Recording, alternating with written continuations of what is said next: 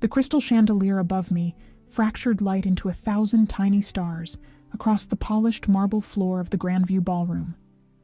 My fingers curved around the stem of a champagne flute I hadn't touched, the glass warming against my palm as I stood at the periphery of wealth I'd only ever served, never inhabited. 1 month.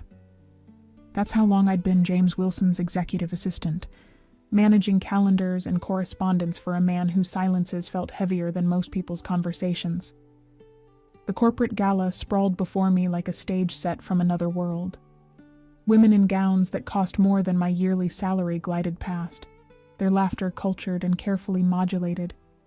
Men in tuxedos clustered in groups, their handshakes conveying deals worth millions.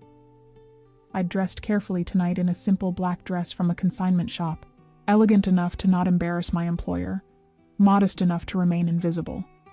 That was the goal. Blend in, observe, don't draw attention. I'd learned in my brief tenure that James Wilson preferred his staff unobtrusive. He'd had 7 assistants in the 2 years before me, each lasting mere weeks before his exacting standards drove them to resign. I'd studied their exit interviews during my research before accepting the position. Too demanding. Impossible expectations, never satisfied. Cold. The warning should have deterred me, but I'd needed the job desperately, and something about the challenge intrigued me. My first day, James had looked at me exactly once, those dark eyes assessing me with the same attention he'd give a contract clause, then returned to his work without comment. In the 4 weeks since, our interactions remained strictly professional. He communicated through terse emails and brief verbal instructions. I responded with efficiency and precision, anticipating his needs before he articulated them. The dynamic worked. I intended to keep it that way. The ballroom doors opened, admitting a late wave of guests.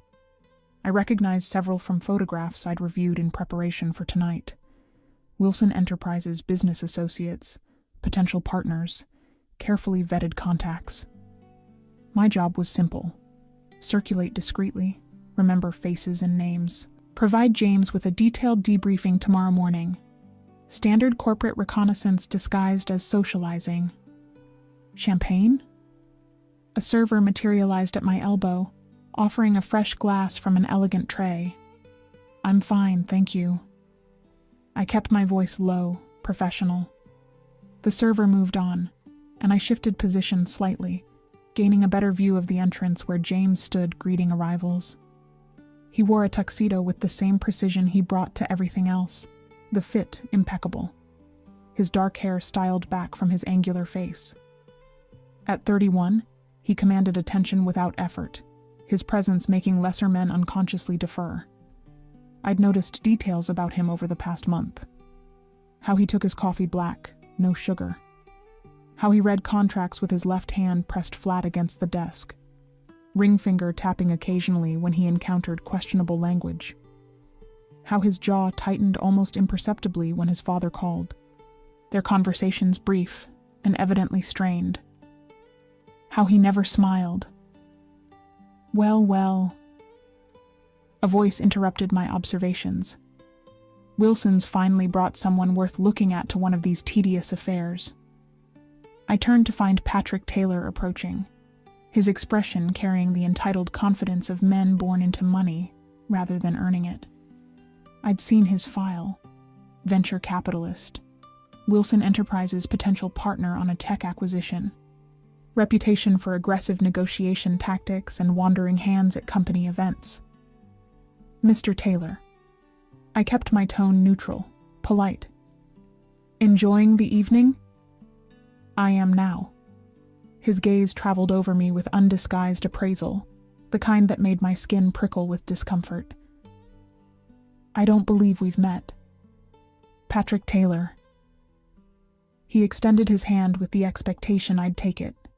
I shook briefly, extracting my hand as quickly as courtesy allowed. Kate Roberts. I work for Mr. Wilson. Work for him. Patrick's smile widened. In what capacity? You seem far too lovely to be buried in paperwork. The casual dismissal of my professionalism rankled, but I maintained composure. Executive assistant. If you'll excuse me. Wait. He shifted position, blocking my retreat. I wanted to ask Wilson something, actually. Is she single? The question froze me mid-step. He wasn't even looking at me now. His attention fixed across the ballroom where James had just concluded a conversation and was turning in our direction. Patrick raised his voice slightly, ensuring it would carry. Wilson. Is she single? Your assistant. I'd like to take her to dinner. The ballroom didn't exactly go silent, but conversations nearby stuttered and died as heads turned toward us. I felt heat crawl up my neck, mortification mixing with fury at being discussed like I wasn't standing right there, my mouth open to respond with something cutting, but James reached us first. He moved with that particular grace I'd observed before, economical and purposeful. His dark eyes locked on Patrick with an intensity that made the other man's confident smile falter.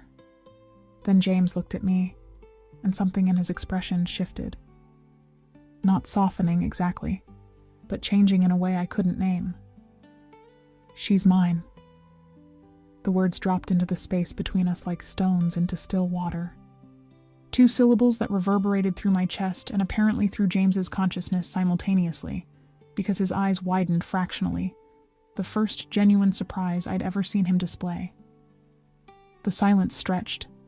Patrick blinked, confusion crossing his features. Several nearby guests had stopped pretending not to listen, and I stood there, champagne flute forgotten in my hand, staring at my boss who'd just claimed me like property in front of half the city's business elite. Something hot and reckless rose in my throat. The same impulse that had made me apply for an impossible job now made me tilt my chin up and meet James's gaze directly. Jealousy doesn't suit someone who pretends not to notice me, sir. The formal address carried just enough edge to cut. I watched his jaw tighten, that telltale sign of tension I'd learned to recognize. But instead of the ice I expected, something else flickered in his dark eyes. Something that made my pulse jump. Kate. My name in his voice sounded different than it ever had in our professional exchanges. Lower. Careful. A word. Now. Not a request. Never a request with James Wilson. But the heat in his gaze suggested this conversation would be nothing like our usual brief, formal interactions. Patrick opened his mouth to protest, but James turned that Arctic stare on him, and whatever the venture capitalist saw, there made him step back with raised hands. Sure, Wilson, no problem. Didn't realize she was spoken for. Now you do. James's hand found the small of my back, proprietary and warm even through the fabric of my dress. He guided me away from the crowd, toward the French doors leading to the terrace. I should have objected, should have pulled away, should have reminded him that I was his employee, not his possession. Instead, I let him steer me outside into the cool December night, my heart hammering against my ribs for reasons I refused to examine too closely. The terrace was mercifully empty, string lights casting soft illumination over elegant furniture and potted evergreens. The moment the doors closed behind us, muffling the party noise, James released me and stepped back. But not far. Never far enough to feel safe. I apologize. His voice was controlled, but I heard the edge beneath it. That was inappropriate. Which part? I set my champagne flute on a nearby table with deliberate care, buying time to steady my breathing. Claiming ownership of your assistant in front of your business associates, or dragging me out here like I'm in trouble? Both. He moved to the terrace railing, bracing his hands against the stone, the tuxedo jacket pulled tight across his shoulders. I don't know what I was thinking. That's evident. The recklessness still burned in my chest, making me bold. You've barely acknowledged my existence in 4 weeks, Mr. Wilson. I've been invisible. Efficient and invisible, exactly as you prefer your staff. So forgive me if I'm confused about this sudden possessive display. He turned to face me, and the look in his eyes made my breath catch. Not anger, something far more dangerous. You think I don't notice you?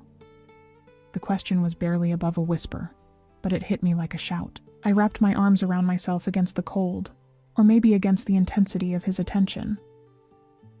You communicate in emails and one-word instructions. You never make eye contact during briefings. You've never asked me a single personal question. So yes, I assumed I was just another piece of office equipment to you. Kate. He said my name again, and this time it sounded almost pained. I notice everything about you.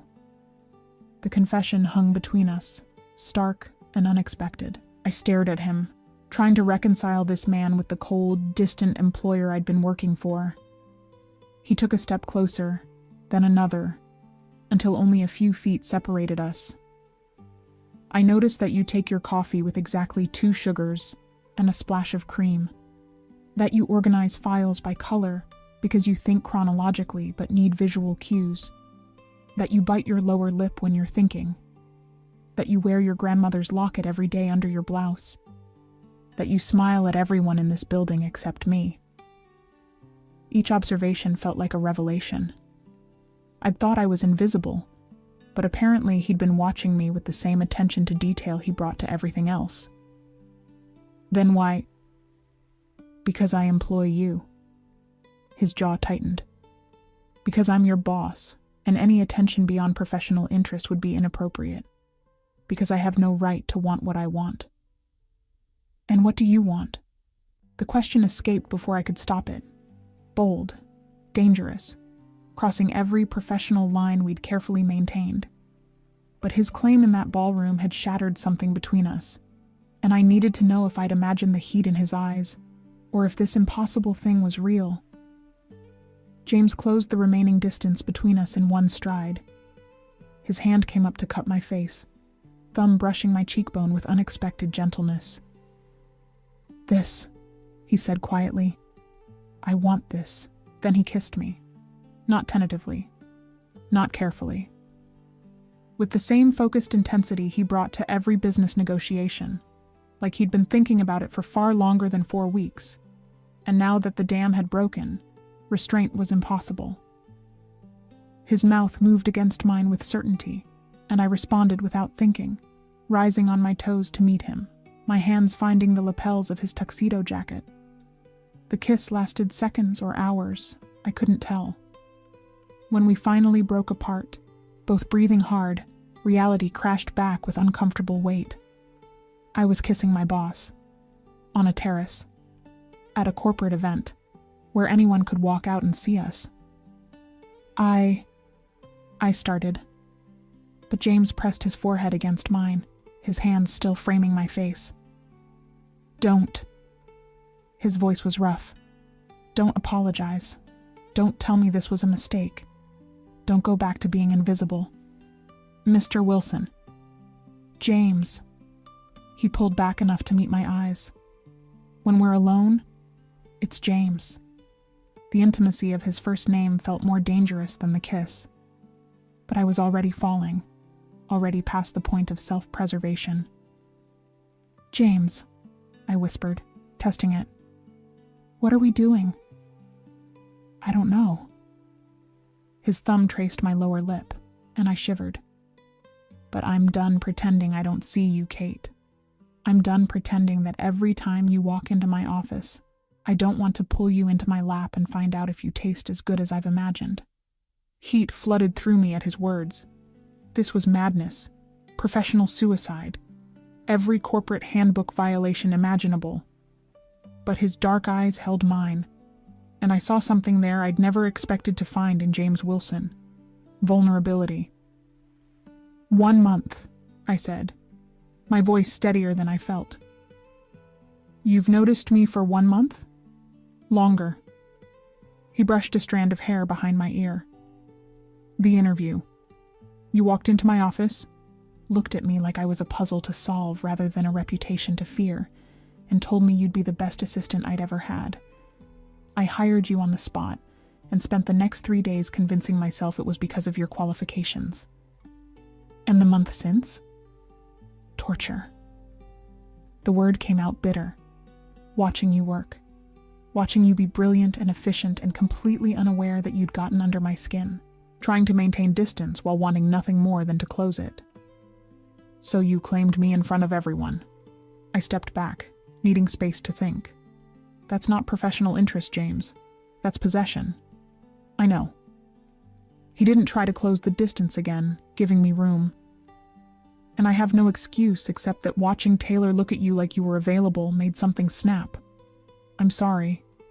The apology should have helped. Instead, it complicated everything further.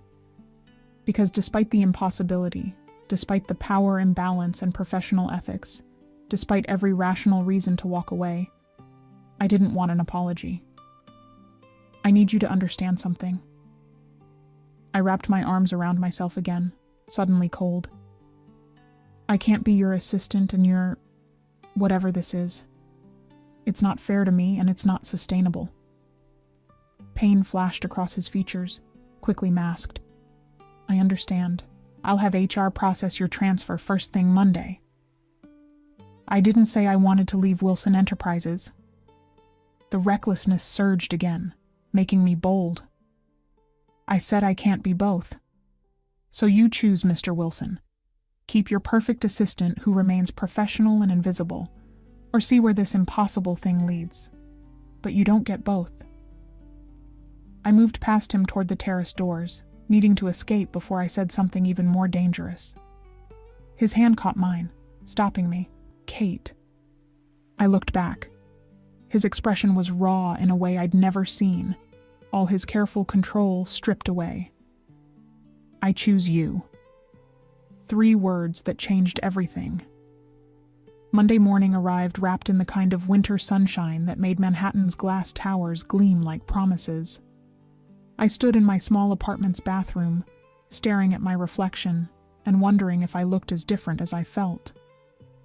The weekend had passed in a strange suspension of reality. James hadn't called or texted, and I'd spent 48 hours oscillating between certainty that Friday night had been a beautiful mistake and terror that I'd actually have to face the consequences of my ultimatum. My phone buzzed as I applied lipstick. A message from an unknown number, though I somehow knew who it was before I even read it. Don't come to the office today. I'll send a car at 10 a.m. We need to talk properly. James. I stared at the text, my heart performing complicated gymnastics. The presumption should have annoyed me. Just another command from a man used to absolute obedience. But the "we need to talk properly" softened it, suggested this was negotiation rather than decree. Where are we going? I typed back. Somewhere we won't be interrupted. Trust me. Trust. Such a simple word. Such complicated implications. But I found myself texting okay before I could overthink it. Then spent the next 2 hours trying on and discarding outfit after outfit before settling on a navy dress that split the difference between professional and approachable. The car arrived precisely at 10. Not a corporate sedan, but a sleek black vehicle with tinted windows and a driver who opened the door without speaking. The interior smelled of leather and something expensive I couldn't name.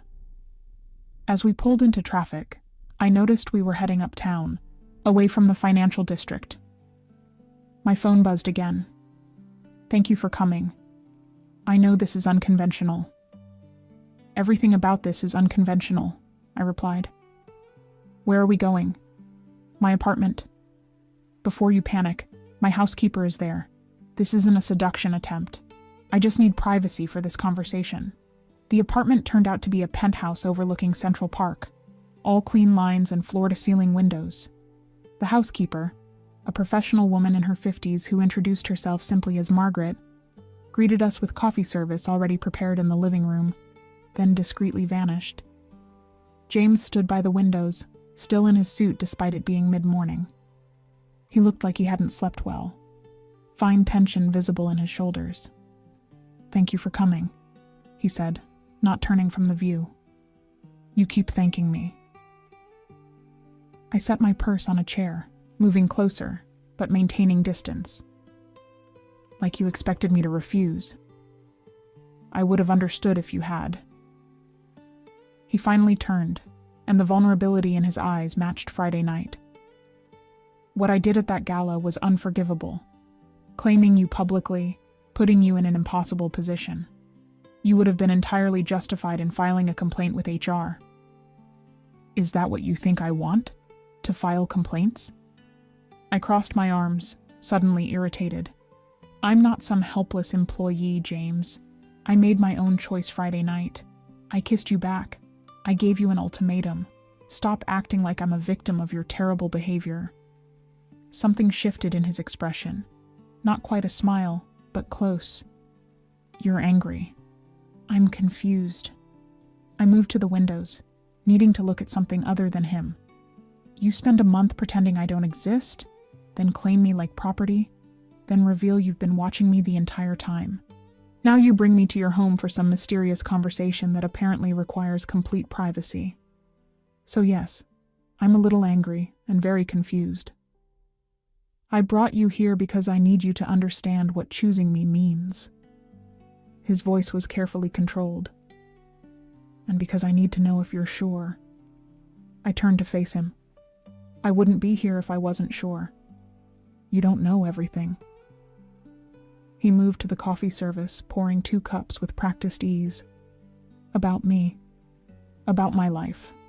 About what being with me entails. So tell me.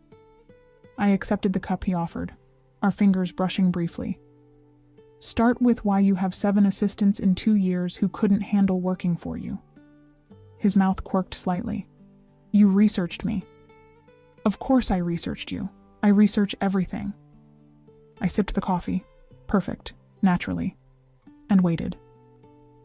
James was silent for a long moment, seeming to choose his words carefully. Wilson Enterprises is successful because I demand perfection. But there's another reason my employees don't last. They discover things they shouldn't, ask questions they shouldn't, notice patterns in my schedule and contacts that don't add up to legitimate business. My pulse quickened. What kind of patterns? The kind that get people fired when they dig too deep. His eyes held mine. I'm very good at what I do, Kate. Both the legal aspects and the less legal ones. The confession hung between us, weighted with implications. I should have felt afraid, should have made excuses and left.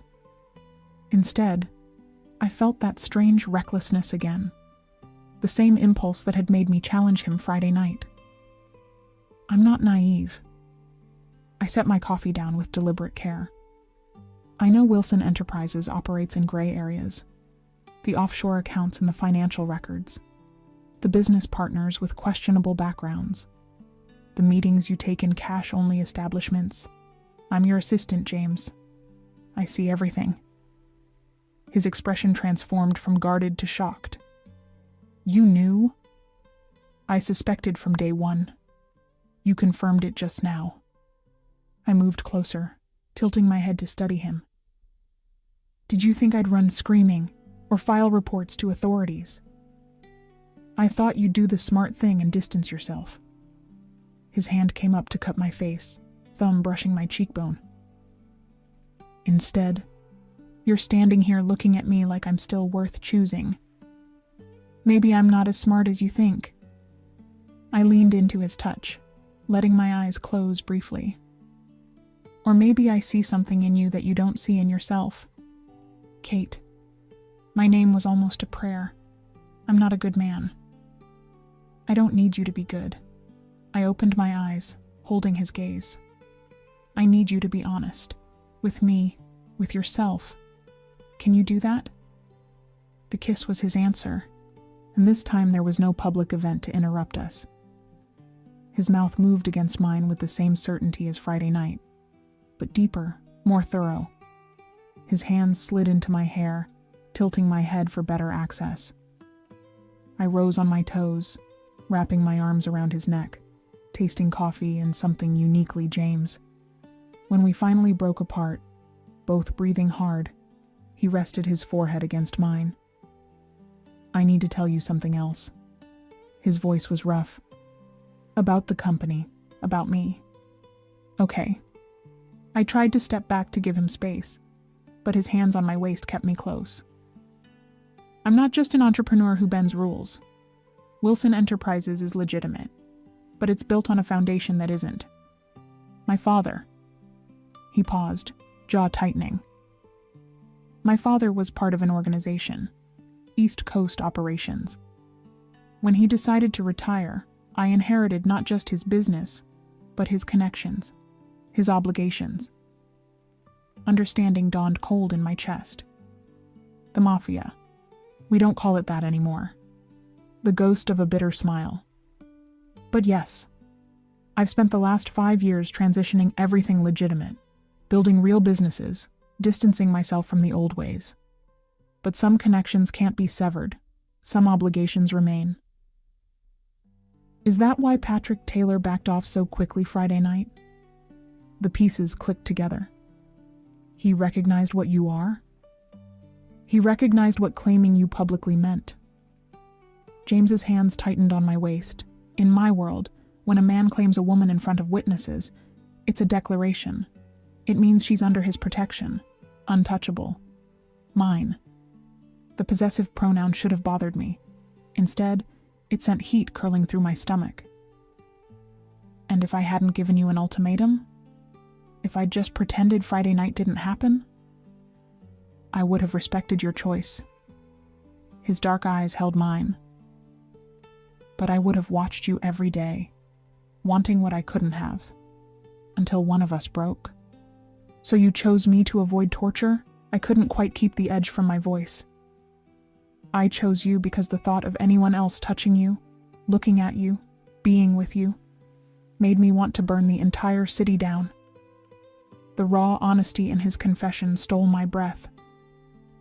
I chose you because in 1 month, you became essential in ways that have nothing to do with your professional competence and everything to do with who you are. You barely know who I am. Then let me learn. His thumb traced my lower lip. Let me take you to dinner. Let me ask you the personal questions I've been avoiding. Let me figure out how we navigate this impossible thing. I should have said no. Should have insisted on more time, more space, more clarity about what this was. Instead, I heard myself say, okay. His smile was small but genuine. The first real smile I'd seen from him. It transformed his face completely, making him look younger and infinitely more dangerous to my carefully guarded heart. Tonight, he said, I'll pick you up at 7. Wear something comfortable. This won't be a corporate dinner. Where are we going? Somewhere you can be you, not my assistant. He kissed me again, brief and sweet. Somewhere I can be me, not your boss. The car returned me to my apartment at noon. I spent the afternoon in a strange daze, touching my lips where he'd kissed me, replaying every word of our conversation. The smart thing would be to call this off, to find a new job, to protect myself from the inevitable heartbreak of falling for a man who lived in a world of shadows and dangerous obligations. But I'd never been particularly good at doing the smart thing. At 6:30, I dressed in jeans and a soft sweater, leaving my hair down and makeup minimal. If James wanted the real me rather than the professional facade, this was it. The buzzer sounded precisely at 7. He stood in my building's lobby wearing jeans and a dark Henley, looking nothing like the polished executive I'd worked for. His hair was slightly mussed, like he'd run his hands through it repeatedly. When he saw me, his expression softened into something warm and intimate. You look beautiful. You look different. I grabbed my coat. Younger. Less terrifying. Is that disappointment I hear? He helped me with my coat, his hands lingering on my shoulders. Curiosity. I turned to face him. I'm seeing a side of you I didn't know existed. That's the point. He laced his fingers through mine, the casual intimacy both thrilling and terrifying. Come on. I want to show you my favorite place in the city. The place turned out to be a small Italian restaurant in Brooklyn, family-owned and completely unpretentious. The owner greeted James with familiar warmth, ushering us to a corner table without waiting for a reservation. Over pasta and wine, James told me about growing up in his father's shadow, about choosing legitimate business as rebellion rather than obedience, about the loneliness of being feared rather than known. I told him about my grandmother's locket, about studying business management on scholarships, about the desperate need to prove myself in a world that constantly underestimated me. We talked until the restaurant closed around us, and when James walked me back to my apartment building, the kiss goodnight felt like a beginning rather than an ending. "Tomorrow," he said against my lips, "we figure out the logistics, how this works professionally." But tonight was just us, just James and Kate. "I like us," I whispered, "just James and Kate." His smile was everything. And when I finally climbed the stairs to my apartment, I knew with absolute certainty that I was already too far gone to protect my heart. 3 weeks passed in a strange double life that left me breathless and confused in equal measure. During business hours, I remained James's executive assistant, efficient, professional, invisible in the ways that mattered to Wilson Enterprises operations. But the moment office doors closed, I transformed into something else entirely. Kate, not Miss Roberts. His Kate, as he'd taken to calling me with a possessiveness that should have alarmed me, but instead made my stomach flip. We were careful, excruciatingly, frustratingly careful. No public displays, no lingering touches in the office, no indication that our relationship had shifted from professional to intimately personal. James hired a new assistant, Maggie Davies, a competent woman in her 50s who handled his schedule with brisk efficiency, while I transitioned to a newly created strategic analysis position. The promotion came with a raise and an office on a different floor, eliminating any appearance of impropriety while keeping me within Wilson Enterprises' infrastructure. It was clever, calculated, exactly the kind of solution I'd expect from a man who'd spent years navigating dangerous waters. But tonight, sitting across from James at his dining table, while his housekeeper served dinner with practiced discretion, I finally voiced the concern that had been growing for weeks. "We need to talk about what this is." James set down his wine glass, his dark eyes assessing me with the same attention he gave to contracts. "All right. What do you want to know?" "Everything." I pushed my plate away, appetite vanished. "We've been doing this dance for almost a month now. Dinner dates, late-night conversations in your apartment, kisses that stop before they go too far. But we haven't actually discussed what we're doing or where this is going. What do you want it to be?" The question shouldn't have surprised me. James had a habit of turning inquiries back on me, forcing me to articulate desires I'd rather leave unspoken. But after weeks of this careful choreography, I was done with evasion. I want honesty. Complete honesty, not the edited version you've been feeding me. I stood, moving to the windows that overlooked the city. "You told me your father was connected to organized crime. You told me you're transitioning to legitimate business. But you haven't told me what that actually means. What dangers still exist. What obligations you can't escape." I heard him move behind me, felt his presence before his hands settled on my shoulders. "You're right." His voice was quiet, measured. "I've been protecting you by keeping certain details vague, but that's not fair to you. So tell me." I turned in his arms, tilting my head back to meet his gaze. "Tell me everything." James was silent for a long moment, his jaw tightening with the tension I'd learned to recognize. Then he took my hand, leading me to the sofa where we'd spent countless evenings talking about everything except the elephant between us. 5 years ago, when my father retired, I inherited his position in what people call the syndicate, East Coast operations, primarily New York and Boston. It's not like the movies. We don't run protection rackets or peddle drugs. It's more sophisticated now. Money laundering through legitimate businesses, strategic acquisitions that consolidate power. influence over unions, real estate, certain political circles. I listened without interrupting, letting him speak. I've spent these 5 years systematically dismantling everything illegal while building legitimate enterprises. Wilson Enterprises is completely clean. I made sure of that before I ever hired you. But there are still connections I can't sever. Obligations to old partners. Debts owed by my father that I'm expected to honor. Like what? Like attending certain meetings, facilitating certain introductions, turning a blind eye to certain activities. His hands tightened on mine. Nothing that compromises my legitimate business, but enough that I'll never be completely free of that world. And the danger? The question I'd been avoiding. The reason your previous assistants left when they learned too much. There are rival organizations, old grudges, people who resent my transition to legitimacy because it threatens their own operations. His expression was grim. Anyone close to me becomes a potential target. That's why I've been careful with you, Kate. Why I've kept you at arm's length even while wanting you close. Why claiming you publicly was simultaneously the most dangerous and the most protective thing I could do.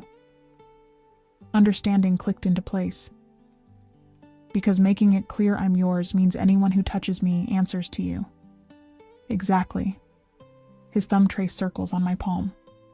In my world, that declaration carried weight. It told everyone who matters that you're under my protection. Untouchable. But it also marked you as mine. And there are people who would see you as leverage against me. The reality settled cold in my chest. I should have felt terrified. Should have run immediately. Instead, I felt something else.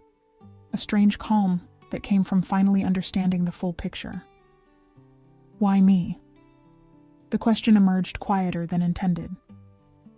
You could have anyone, James. Women who understand your world. Women who come from families like yours. Why choose me and all these complications? He stood abruptly, moving to the windows like he couldn't sit still any longer. For a long moment, he just stood there, backlit by city lights, his shoulders rigid with tension. Can I tell you something? His voice was rough. About the first time I saw you? I nodded, even though he couldn't see me. You walked into my office for that interview wearing a suit from a department store and determination that could cut glass. You looked at me like I was a puzzle to solve rather than a reputation to fear. Everyone else who'd interviewed treated me with either fawning deference or barely concealed terror. But you? You sat down, crossed your legs, and told me exactly how you'd revolutionize my filing system and why my current calendar management was inefficient. Despite the heaviness of our conversation, I smiled slightly. I remembered that interview, my desperation for the job warring with my inability to kiss ass, even when it would have been smart. I hired you on the spot because I recognized something in you. That same thing I see every time I look in the mirror. Someone fighting tooth and nail to prove they're more than people assume. More than where they come from. More than the limitations others try to impose. He turned to face me, and the expression on his face made my breath catch. You're brilliant and fierce and completely unaware of your own power. You challenge me in ways no one else dares. You see through my careful control to the person underneath. And when I'm with you, I'm not the cold businessman or the crime boss's son or the man everyone fears. I'm just me. Someone who can be vulnerable without it being used against me. The confession hung between us, raw and honest. I stood, moving to him, needing to close the distance. I'm afraid, I admitted. Not of you, but of what this means. The danger, the complications, the impossibility of normal. I'm afraid too. His hands cupped my face with infinite gentleness. I'm afraid I'll fail to protect you. I'm afraid my past will destroy what we're building. I'm afraid that one day you'll wake up and realize you deserved someone whose life doesn't come with death threats and dangerous obligations. Stop telling me what I deserve. I pressed my palms against his chest, feeling his heartbeat under my fingers. Let me decide that for myself. Kate, I choose this. The words came out firm, certain. I choose you, complications and danger and impossible circumstances included. But I need you to promise me something. Anything. No more protecting me through omission. If there's danger, you tell me. If there's a threat, you warn me. If there's something I should know, you share it. I'm not some delicate thing that needs shielding. I'm your partner, and I need you to treat me like one. Something shifted in his expression, surprise mixing with respect, and something deeper I couldn't name. Partners? He repeated, testing the word. Not just the woman I'm seeing? Partners. I held his gaze. In everything. That's my condition, James. Complete honesty, complete trust. Or we end this now before we're both in too deep. His laugh was sudden and genuine. Kate, I've been too deep since that interview. Maybe even before, in some cosmic sense I don't understand. Then he was kissing me, and this time there was no careful restraint. His mouth moved against mine with desperate certainty, his hands sliding into my hair, tilting my head for better access. I responded with equal fervor, rising on my toes, wrapping my arms around his neck, tasting wine and something uniquely James. The kiss deepened, shifted, became something more than simple desire. It tasted like promise, like commitment, like two people jumping off a cliff together and trusting they'd figure out how to fly. When we finally broke apart, both breathing hard, James rested his forehead against mine. Move in with me. The words were barely whispered, but they hit me like a shout. I pulled back to look at him, searching his expression for signs of impulsive insanity. James, we've been dating for 3 weeks. 4 weeks and 2 days. His thumb traced my lower lip. And I've wanted you in my space, in my life, in my bed. Since the moment I met you. I'm done with half measures, Kate. I'm done with you leaving at midnight. I'm done with stolen moments when what I want is every moment. So move in with me. Let me wake up next to you. Let me come home to you. Let me build this properly instead of in careful, controlled increments. It was insane, reckless, moving too fast by every rational measure. But when I opened my mouth to say something sensible, what came out was, okay. His smile was brilliant, transforming his entire face. Okay? Okay. I laughed, dizzy with the recklessness of it. On one condition, I keep my apartment for 6 months. If this disaster crashes and burns, I need somewhere to retreat and lick my wounds. It won't. His certainty was absolute. But I'll pay your rent for 6 months if it makes you feel safer. That's not necessary. Partners, he reminded me, using my own word. Partners support each other. Let me do this, Kate. I surrendered, because arguing felt less important than kissing him again. We spent the rest of the evening planning logistics, making decisions about space and boundaries, and how to navigate this new reality. By the time I left his apartment, our apartment, I'd have to start thinking of it that way, dawn was breaking over Manhattan, and I felt simultaneously terrified and more alive than I'd ever been. Moving in with James Wilson was either the best or worst decision of my life. I suspected I wouldn't know which until it was far too late to turn back. The transition happened with the same efficiency James brought to everything else. Within a week, half my belongings had migrated to his penthouse. Our penthouse, I reminded myself, though the concept still felt surreal. He'd cleared space in his closet with casual ease, making room for my far more modest wardrobe beside his collection of impeccable suits. My books found homes on shelves previously occupied only by business texts and financial journals. My coffee maker, ancient and temperamental but beloved, earned a spot on the kitchen counter beside his sleek espresso machine. Margaret, the housekeeper, adapted to my presence with professional grace, asking my preferences for tea and learning my schedule without comment on the sudden cohabitation. If she had opinions about her employer's love life, she kept them carefully hidden behind her efficient demeanor. The first morning I woke in James's bed, our bed. I lay still for several minutes, listening to his steady breathing beside me, trying to absorb the reality of what I'd done. Moved in with a man I'd known for less than 2 months. Committed to a relationship with someone whose life included dangers I couldn't fully comprehend. Abandoned every careful plan I'd made about building my career slowly, safely, without romantic complications. "You're thinking too loud." James's sleep-rough voice interrupted my spiraling thoughts. His arm tightened around my waist, pulling me back against his chest. I can practically hear the gears turning. Just trying to figure out if I've lost my mind.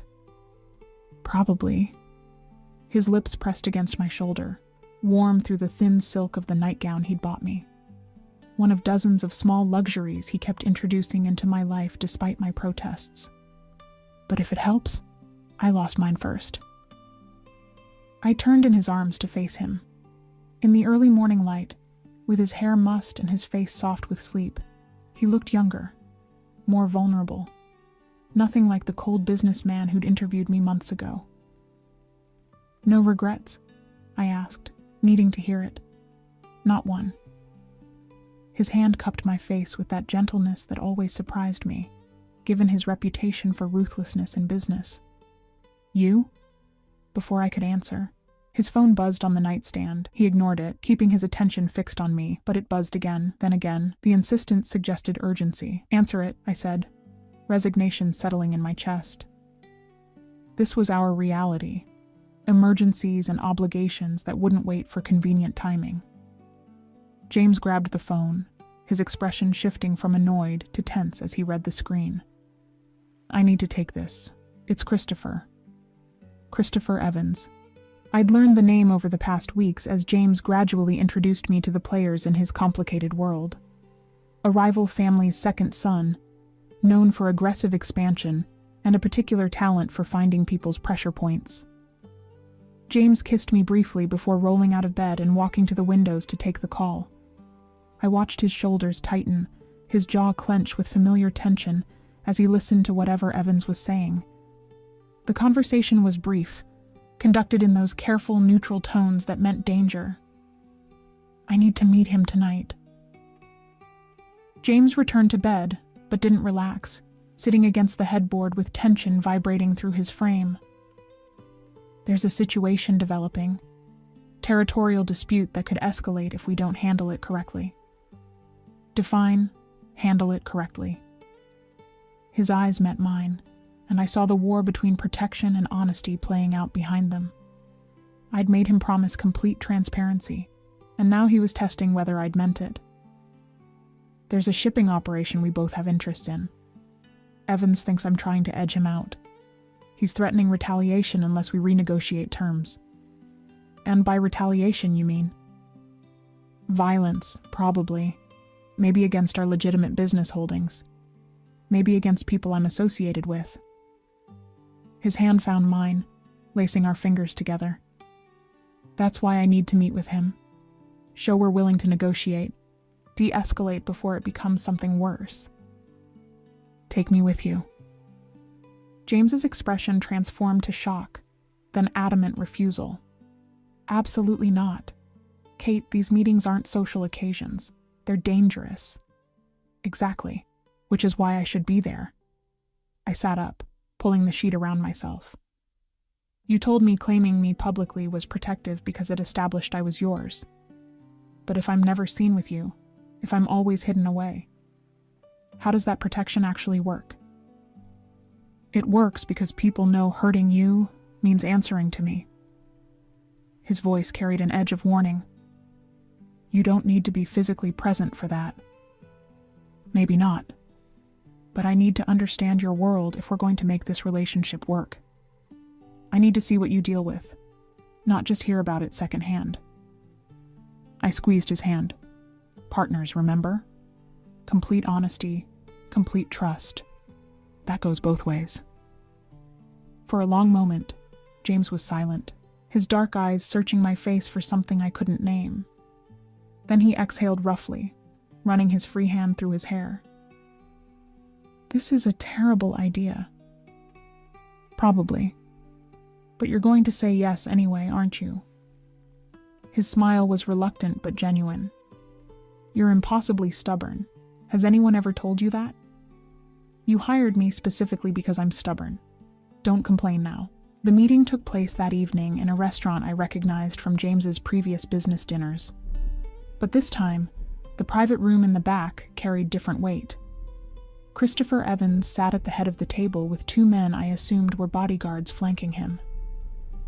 His expression was carefully neutral as James and I entered, his pale eyes assessing me with uncomfortable intensity. "Wilson, I didn't realize this was a social call." Evans's voice carried false pleasantry. "It's not.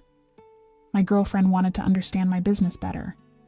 I saw no reason to exclude her from a simple negotiation." James's hand settled on the small of my back, possessive and protective. "Girlfriend." Evans' smile didn't reach his eyes. "How domestic.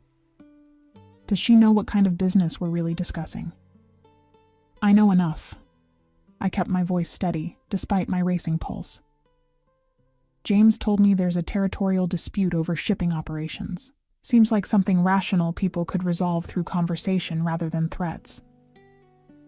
Evans's attention sharpened on me, calculating. "Rational. Interesting word choice. Tell me, Miss." "Roberts. Kate Roberts." I met his gaze directly, refusing to show the fear curling in my stomach.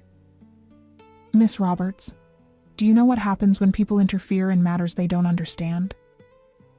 "I imagine they get hurt." I kept my expression neutral, but I also imagine that smart businessmen recognize when escalation costs more than compromise. Retaliation is expensive, in resources, in attention from law enforcement, in damaged relationships with mutual associates. A renegotiated contract seems simpler.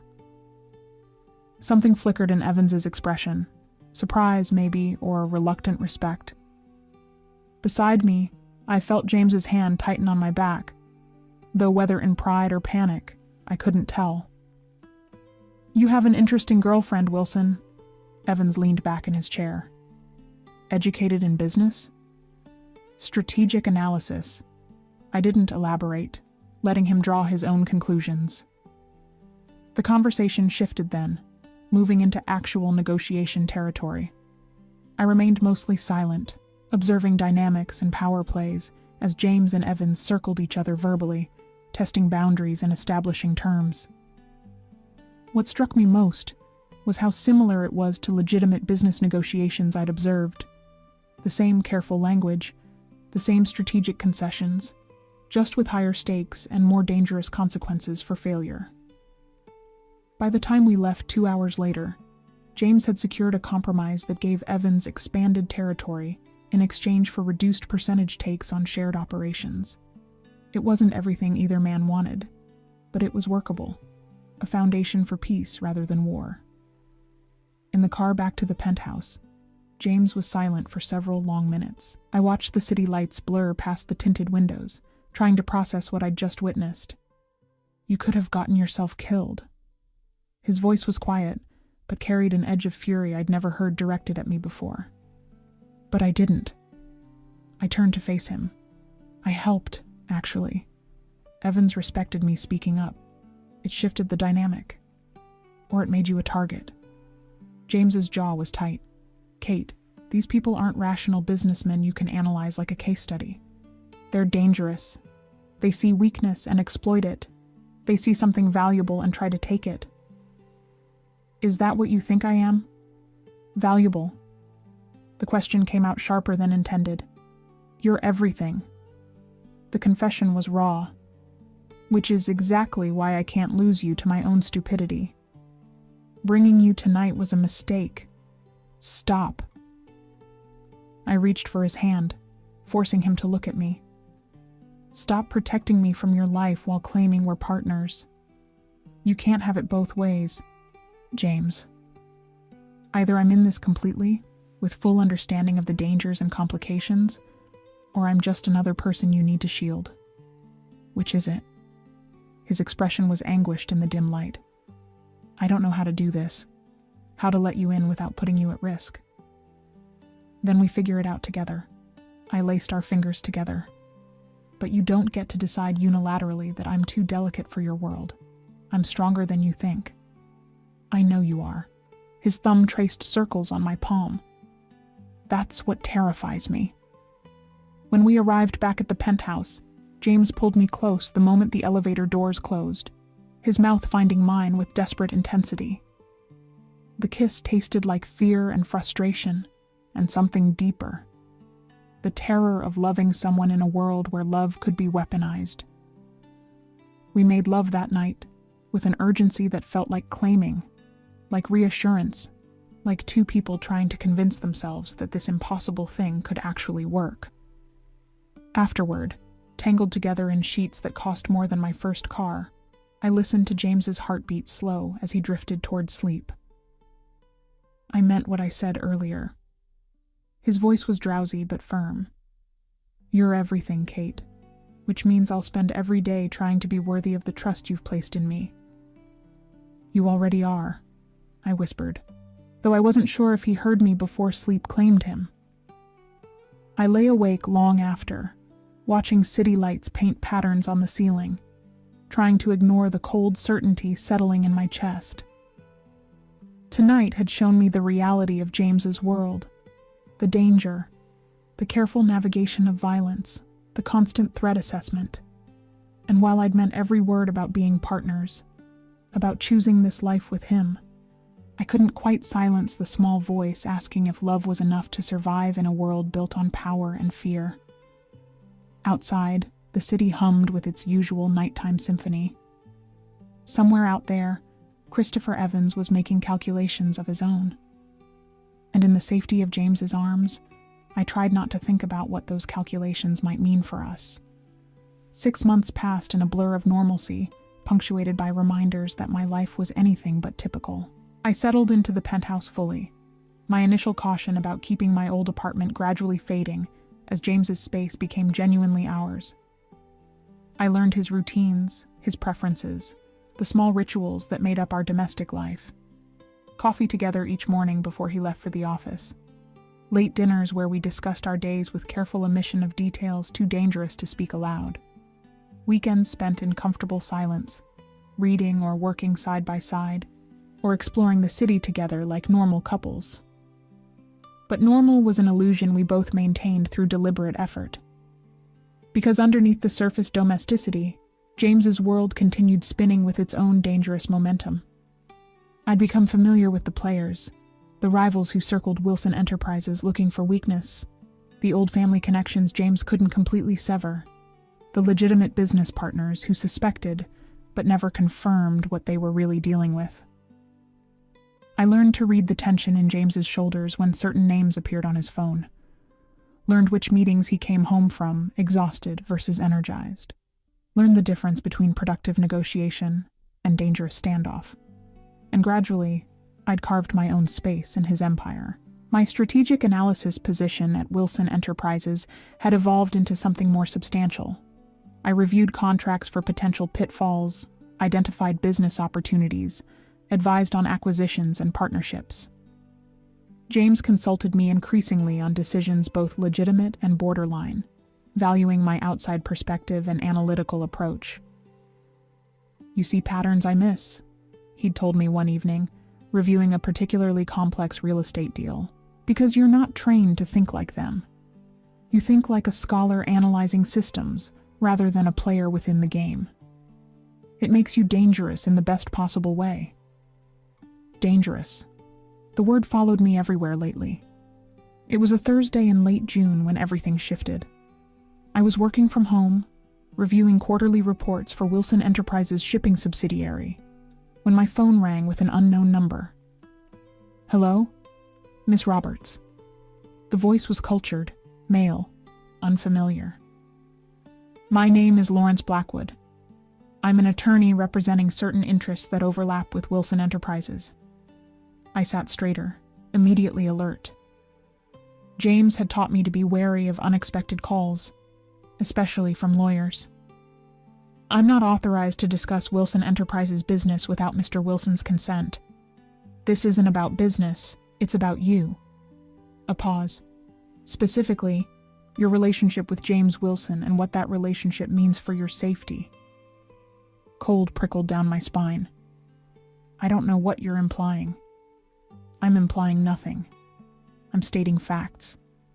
Papers rustled in the background. You've been living with Mr. Wilson for 6 months. You've been seen with him at various business functions. You've even attended at least one meeting with Christopher Evans, a known competitor in Wilson's less legitimate operations. This makes you a person of interest to several parties. Get to the point. I kept my voice steady through sheer willpower. The point is that people close to powerful men become targets, Miss Roberts. Leverage to be used, bargaining chips, and you, with your lack of family connections or protective resources, make a particularly vulnerable target. Unless, of course, you'd prefer to reconsider your association with Mr. Wilson before that vulnerability is exploited. Is this a threat? Consider it. Friendly advice from concerned parties who would prefer to avoid unnecessary conflict. The smile was audible in his voice. James Wilson has made enemies through his transition to legitimate business. Those enemies are always looking for pressure points. Don't make yourself one. The call disconnected before I could respond. I sat frozen, phone still pressed to my ear, my heart hammering against my ribs. This was different from vague warnings about danger. This was specific, targeted. A direct threat disguised as concern. I should have called James immediately. Should have told him about Blackwood's threat and let him handle it with whatever resources he commanded. Instead, I sat at his desk, staring at the phone, trying to process the implications. 6 months ago, I'd chosen this life with open eyes. I'd insisted on being partners, on full transparency about dangers and obligations, but hearing those dangers articulated by a stranger, being told explicitly that my relationship with James made me a target, brought the abstract threat into sharp, uncomfortable focus. The penthouse door opened. James's voice called out, earlier than usual. "Kate, are you home?" I found my voice. "In your study." He appeared in the doorway, taking one look at my face and immediately crossing the room to kneel beside my chair. What happened? I told him about Blackwood's call, watching his expression transform from concern to cold fury. By the time I finished, his jaw was tight enough to crack teeth. Lawrence Blackwood works for the Mitchell family, Boston operations. James's voice was dangerously quiet. They've been trying to muscle into New York territory for years. This is a warning shot. Against you through me. The reality settled heavy in my chest. Exactly what you were afraid of. Yes. His hands found mine, gripping tight. Which means we need to adapt our security. I'm assigning you a detail. James. This is non-negotiable, Kate. His eyes held mine. You told me we're partners.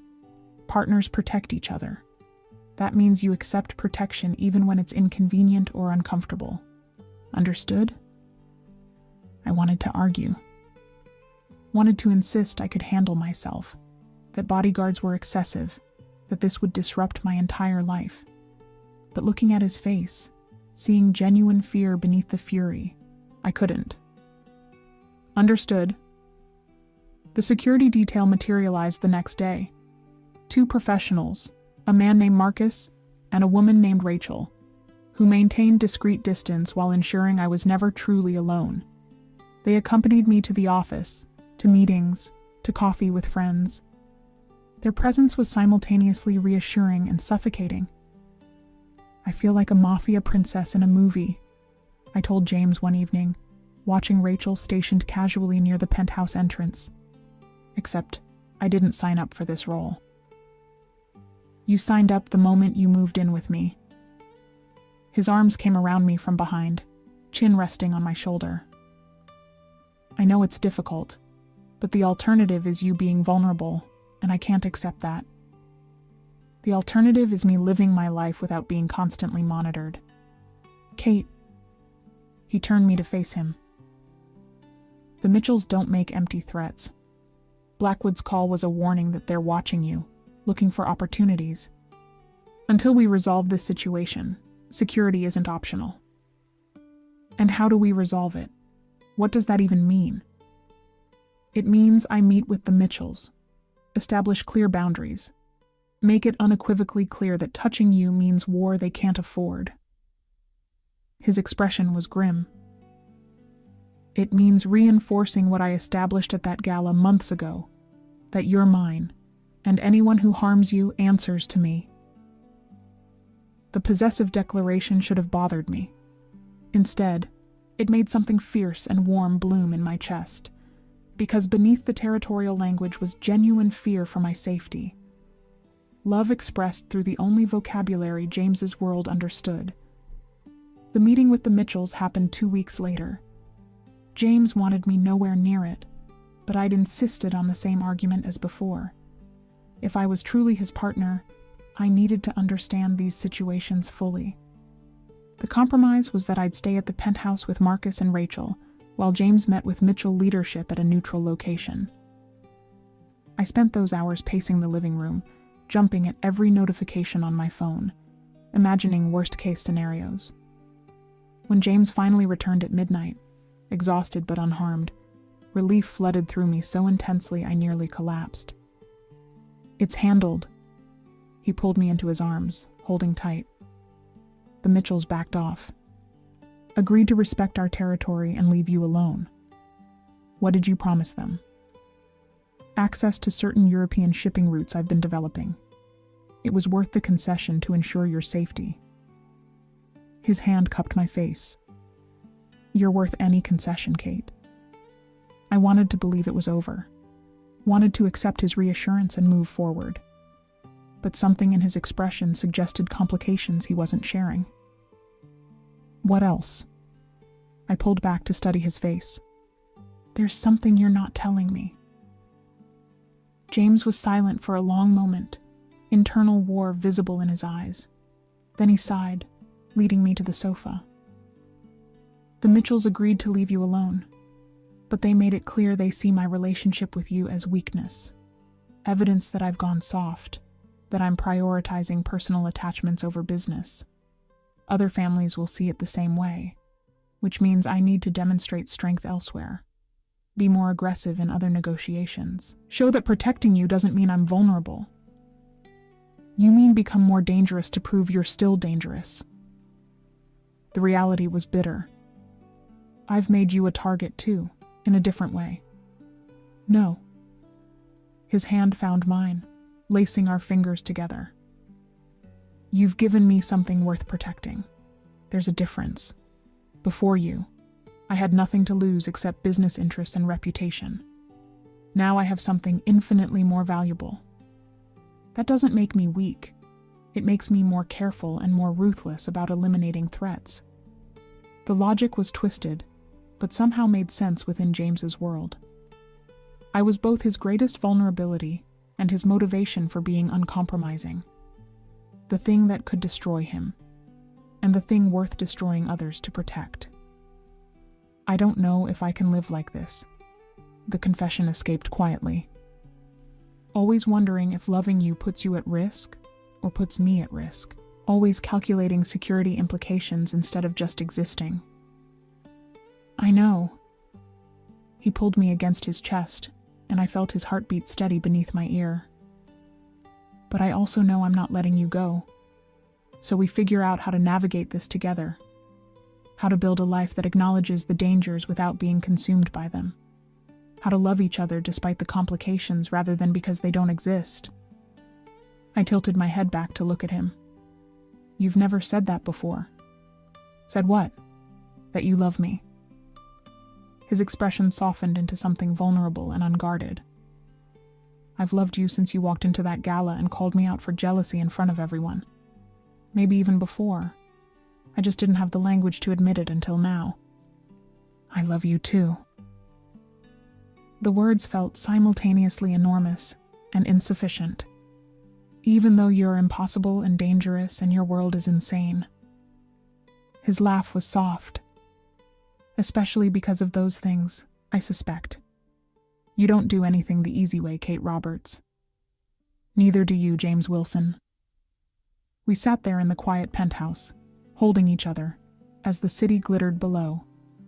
Tomorrow would bring new complications, new threats, new negotiations. But tonight, we had this. The certainty of love acknowledged, the fragile security of being together despite everything trying to pull us apart. It would have to be enough. The first snowfall of December came early, transforming Manhattan into something softer, cleaner, almost innocent. I stood at the penthouse windows watching it drift down past glass towers, my hand unconsciously resting on my still flat stomach. 8 weeks. That's how long I'd known about the pregnancy without telling James. It wasn't that I didn't want to tell him. It was that telling him would make it irrevocably real, would force decisions we weren't ready for, would introduce new vulnerabilities into a relationship already complicated by danger and obligation. So I'd kept the secret close, attending doctor appointments during work hours, hiding morning sickness behind excuses about bad coffee, waiting for the right moment that never seemed to arrive. You're thinking loud again. James's arms came around me from behind, his chin settling on my shoulder. Want to share? Just watching the snow. The lie felt heavier than usual. It's beautiful. It's cold and wet and makes traffic impossible. But his tone was affectionate. You're the only person I know who gets poetic about weather. I turned in his arms, studying his face. 10 months since that gala where everything changed. 10 months of building this improbable life together. Navigating his dangerous world, defending our relationship against threats both external and internal. Learning how to love someone whose existence defied simple categorization. James, I need to tell you something. His expression immediately sharpened, reading tension I couldn't quite hide. What's wrong? Nothing's wrong. At least, I don't think anything's wrong. It's just... The words caught in my throat. How did you tell a man who lived perpetually on guard that he was going to be a father? That you'd created something infinitely vulnerable in a world defined by danger? My phone buzzed before I could find the language. Then James's buzzed. Then again, the urgent insistence that meant crisis. James grabbed his phone, his expression transforming as he read. Christopher Evans is dead. Murdered last night. His family is claiming Wilson Enterprises was responsible. Cold flooded through me. Were you? No. His eyes met mine. But someone wants it to look like we were. This is a setup, Kate. Someone's trying to start a war. The next hours blurred into controlled chaos. James made calls, gathered intelligence, assembled his core advisors. I listened from the edge of the room as details emerged. Evans had been killed in his own home, execution style, with evidence planted suggesting Wilson Enterprises' involvement. The Evans family was demanding retribution. Other families were picking sides, seeing opportunity in the conflict. They'll come after you. Christopher Bennett, James's head of security and closest advisor, stated it as fact rather than possibility. You're the obvious target for retaliation. Evan's younger brother Thomas is already making threats. Then we increase security. James's voice was deadly calm. Kate doesn't leave the penthouse without full detail. We secure all known vulnerabilities. Or I disappear for a while. The suggestion escaped before I fully formed it. Leave New York until this blows over. Remove myself as a target. No. The single word carried absolute finality. Running makes you look vulnerable. Makes me look weak. We don't run. James. No, Kate. He crossed the room to me, his hands on my shoulders. I promise to protect you. That means keeping you close where I can ensure your safety, not sending you away where I can't control the variables. This isn't about control. Yes, it is. His eyes were fierce. It's about me refusing to let anyone threaten what's mine. It's about standing our ground instead of giving them the satisfaction of making us afraid. It's about showing every family watching that Wilson Enterprises doesn't back down. The possessive declaration should have alarmed me. Instead, it made the secret I'd been keeping suddenly unbearable. I'm pregnant. The words dropped into the charged silence like an explosion. James froze, his hands still on my shoulders, his expression cycling through shock, disbelief, and something that might have been terror. What? 8 weeks. My voice was steadier than I felt. I've known for 3 weeks.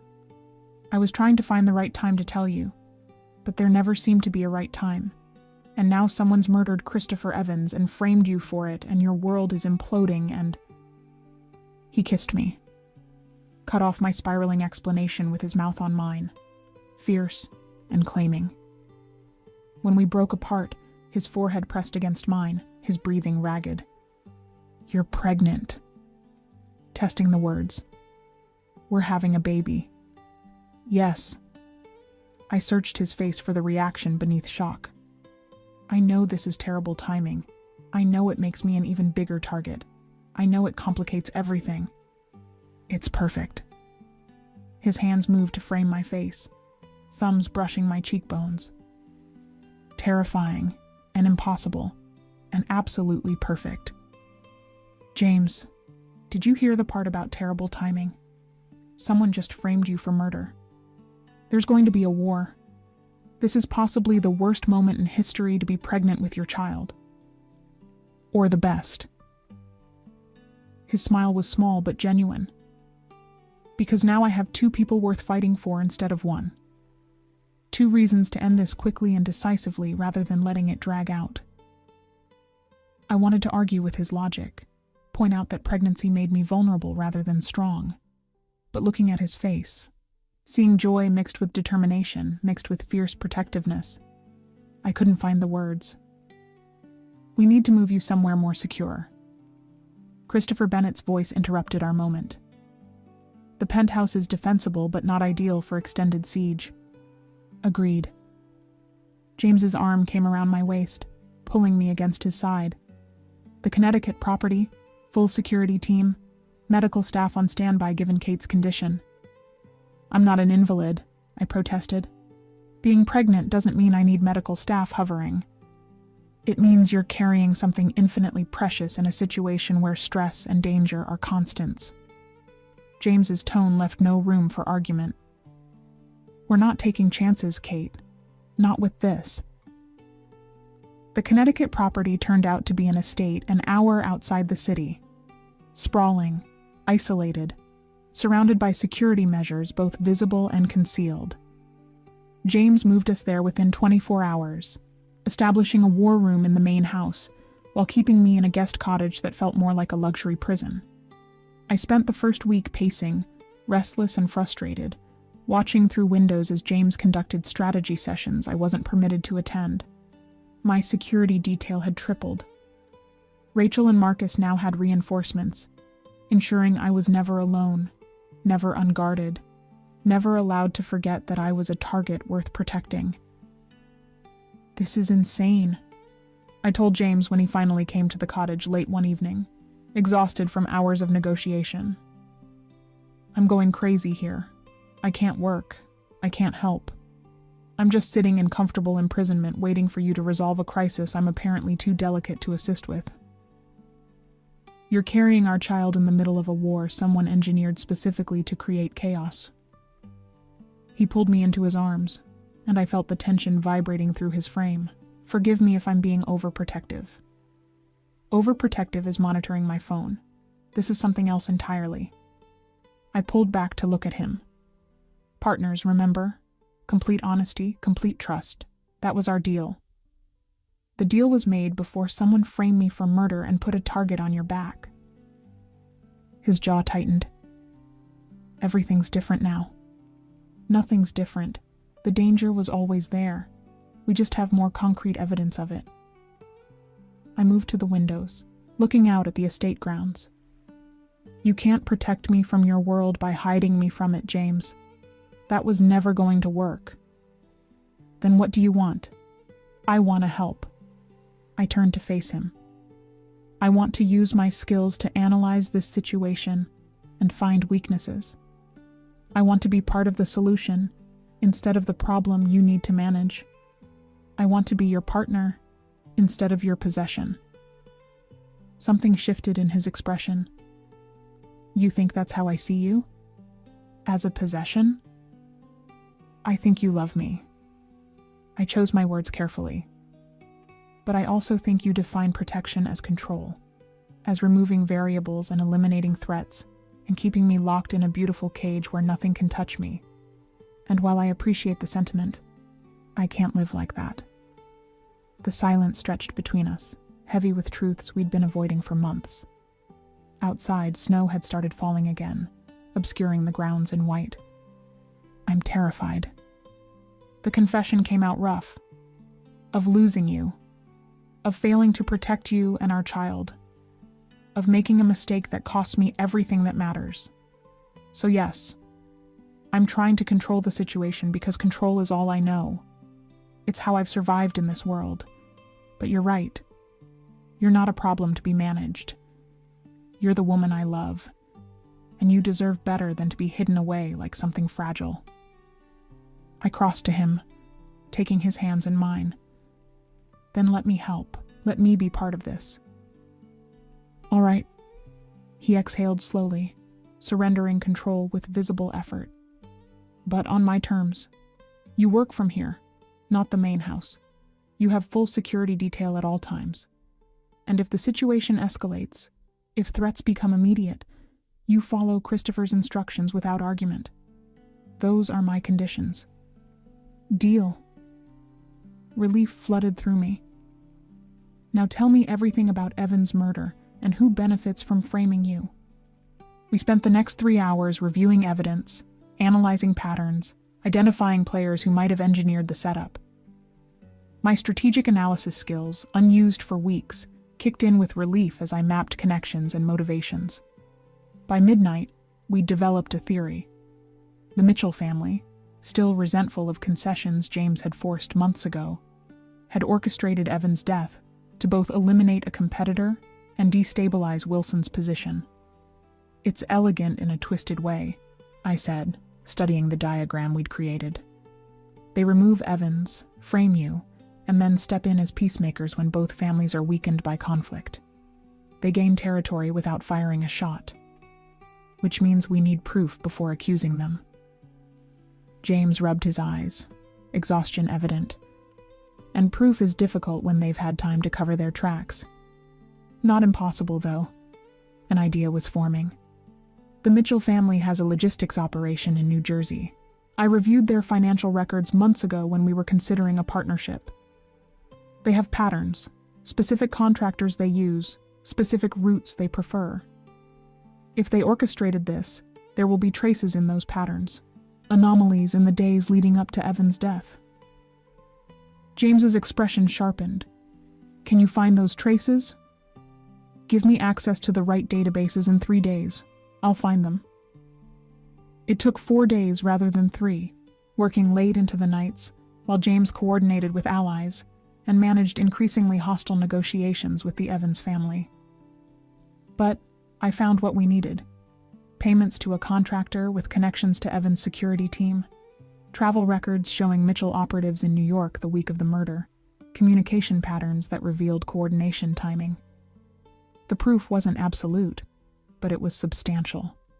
Enough to cast serious doubt on Wilson Enterprises' involvement and shift attention to the actual orchestrators. James presented the evidence at a meeting of family heads, with me listening via secure video feed from Connecticut. I watched as calculations shifted, as alliances reformed, as the Mitchell family found themselves suddenly isolated and defensive. By the time the meeting concluded, war had been averted. The Mitchells faced consequences from multiple families for their manipulation, and James's position, rather than being weakened by Evan's death, had actually strengthened through his handling of the crisis. We did it, James's voice came through my phone hours later as he drove back to Connecticut. You did it, actually. Your analysis broke the case. We're partners. I smiled, exhausted but satisfied. That's how this works. That night, when James finally returned to the cottage, he pulled me into his arms with desperate relief. I was wrong, he said quietly. About protecting you through isolation. About trying to handle everything myself. You were right. We're stronger together than apart. I know. I kissed him softly. But I appreciate you admitting it. His hand moved to rest on my stomach, still flat, but carrying our future. I promise to do better, to trust you, to let you be part of this world, rather than hiding you from it. Our child deserves parents who are genuine partners, not a father who controls, and a mother who's controlled. Our child deserves parents who love each other. I covered his hand with mine. Everything else we'll figure out together. 3 months later, when my pregnancy was obvious and beautiful, James proposed properly, not with demands or possession, but with a question. Down on one knee in the penthouse where we'd built our life, he asked me to marry him.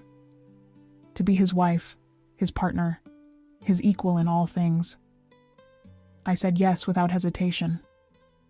Our wedding 6 months later was small and private, held at the Connecticut estate with only our closest people present. I wore a simple dress, carried flowers from the estate gardens, and spoke vows that promised partnership and love rather than obedience and protection. When James's voice broke during his vows, when tears tracked down his face as he promised to love me and our daughter equally, to be worthy of the trust we'd placed in him, I knew we'd found something rare. Love that existed despite impossible odds. A relationship built on honesty and trust, rather than control and possession. A future neither of us had expected, but both of us had chosen. Our daughter was born on a cold February morning, perfect and screaming, and absolutely ours. James held her with such gentleness, such awe, that I fell in love with him all over again. Watching him transform from the cold businessman I'd interviewed to the father crying over our child, I knew we'd done something extraordinary. We'd built real love in a world defined by power. We'd created family from impossible circumstances. We'd chosen each other, repeatedly, despite every reason to walk away. It wasn't the simple love story I'd once imagined for myself, but it was ours, messy and complicated, and absolutely worth every difficult choice that had brought us here. From that first possessive claim in a crowded ballroom, to tears on our wedding day, Kate and James proved that real love isn't about control. It's about choosing partnership despite every impossible obstacle. Their journey from boss and assistant to husband and wife, from dangerous secrets to vulnerable honesty, reminds us that the most powerful thing we can offer someone is complete trust. If this story moved you, please click like to help others discover it. What would you have done in Kate's position when James first claimed you publicly, accepted his protection, or demanded your independence first? Share your thoughts in the comments below.